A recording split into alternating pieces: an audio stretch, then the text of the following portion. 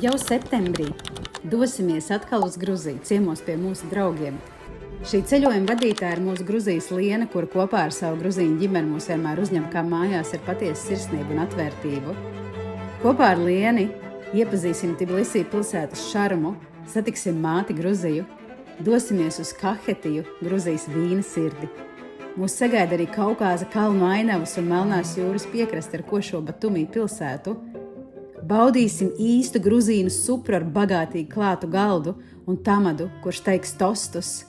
Paši gatavosim hinkāris un čurčellas, baudīsim gruzīnu kaislīgās dejas. Un kur nu vēl vietējās vīnogas, melonas, persiņi, arbūzi, kuras ēdīsim kā bērnībā, kad sula tek pāri vaigiem. Šajā programmā ir ne tikai skaistas vietas, bet patiesi īsti cilvēki, stāsti un īstas emocijas.